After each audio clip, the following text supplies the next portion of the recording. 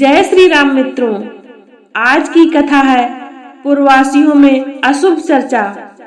जब अयोध्या में शासन करते हुए बहुत समय बीत गया, तब एक दिन रामचंद्र जी सीता के गर्भवती होने का समाचार पाकर अत्यंत प्रसन्न हुए। वे सीता से बोले, विदेह नंदिनी, अब तुम शीघ्र इक्ष्वाकु वंश को पुत्र रत्न प्रदान करोगी। इस समय तुम्हारी क्या इच्छा है, मैं तुम्हारा मनोरथ अवश्य पूरा करूंगा। तुम निसंकोच होकर अपने मन की बात कहो। पति के मृदु वचन सुनकर सीता जी मुस्कुराकर बोली, स्वामी, मेरी इच्छा एक बार उन पवित्र तपोवन को देखने की हो रही है। कुछ समय मैं उन महर्षि तपस्वियों के पास रहना चाहती हूँ, जो कंद मूल फल खाकर गंगा के तट पर तपस्या करते हैं। कम से कम एक रात्रि यहाँ निवास करके मैं उन्हें उग्र तपस्या करते देखना चाहती हूँ। इस समय यह मेरी अभिलाषा है। हृदयश्री की अभिलाषा जानकर रघुनंदन बोले, सीते, तुम्हारी अभिलाषा मैं अवश्य पूरी करूँगा। तुम निश्चिंत रहो। कल प्रातः काल ही मैं तुम्हें गंगा तटवासी ऋषियों के आश्रम की ओर भेजने की व्यवस्था कर दूंगा। सीता को आश्वासन देकर श्री राम राज दरबार में चले गए। राज दरबार से निवृत्त हो वे अपने मित्रों में बैठकर हास्य विनोद की वार्ता करने लगे। मित्र मंडली में उनके बाल सखा विजय, मधुवत, काश्यप, मंगल, कुल, सुराजी, कालिय, भद्र, दंतवक्त्र और सुबागध थे। बातों ही बातों में रामचंद्र ने पूछा, भद्र, आजकल नगर में किस बात की चर्चा विशेष रूप से होती है? नगर और जनपद के लोग मेरे सीता, भरत, लक्ष्मण आदि भाइयों और माता कैकेयी के विषय में क्या क्या बातें करते हैं। प्रायः देखा जाता है कि राजा यदि आचार विचार से हीन हो तो सर्वत्र उनकी निंदा होती है। भद्र ने उत्तर दिया, सौम्य, सर्वत्र आपके विषय में अच्छी ही चर्चा सुनने को मिलती है।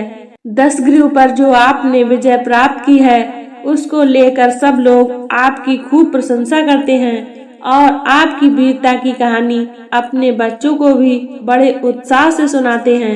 रामचंद्र बोले, भद्र, ऐसा नहीं हो सकता कि सब लोग मेरे विषय में अच्छी ही बातें कहें। कुछ ऐसी भी बातें हो सकती हैं जो उन्हें अच्छी न लगी हो। संसार में सभी प्रवृत्ति के लोग होते हैं, इसलिए तुमने जो कुछ भी सुना हो निश्चिंत होकर बेखटक कहो। यदि तुम्हें मुझ में कोई दोष दिखाई देता होगा तो मैं उसे दूर करने की चेष्टा करूंगा। यह सुनकर भद्र बोला, वे कहते हैं कि श्री राम ने समुद्र पुल बांधकर ऐसा दुष्कर कार्य किया है जिसे देवता भी नहीं कर सकते। रावण को मारकर बानरों को भी वश में कर लिया, परंतु एक बात खटकती है। रावण को मारकर उस सीता को घर ले आए जो इतने दिनों तक रावण के पास रही। फिर सीता से घृणा करने की बजाय उन्होंने उसे कैसे अपने पास रख लिया? भला सीता का चरित्र क्या वहाँ पवित्र रहा होगा?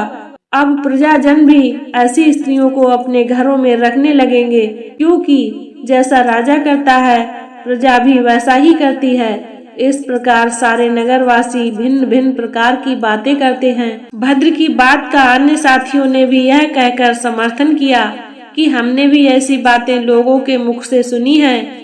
सबकी बातें सुनकर राजा राम ने उन्हें विदा किया और इस विषय पर गंभीरता पूर्वक विचार करने लगे। फिर उन्होंने द्वारपाल को आज्ञा देकर अपने तीनों भाइयों को बुलाया। भाइयों ने आकर उन्हें सादर प्रणाम किया और देखा श्री राम बहुत उदास हैं तथा उनके नेत्रों में आंसू डबडबा रहे हैं।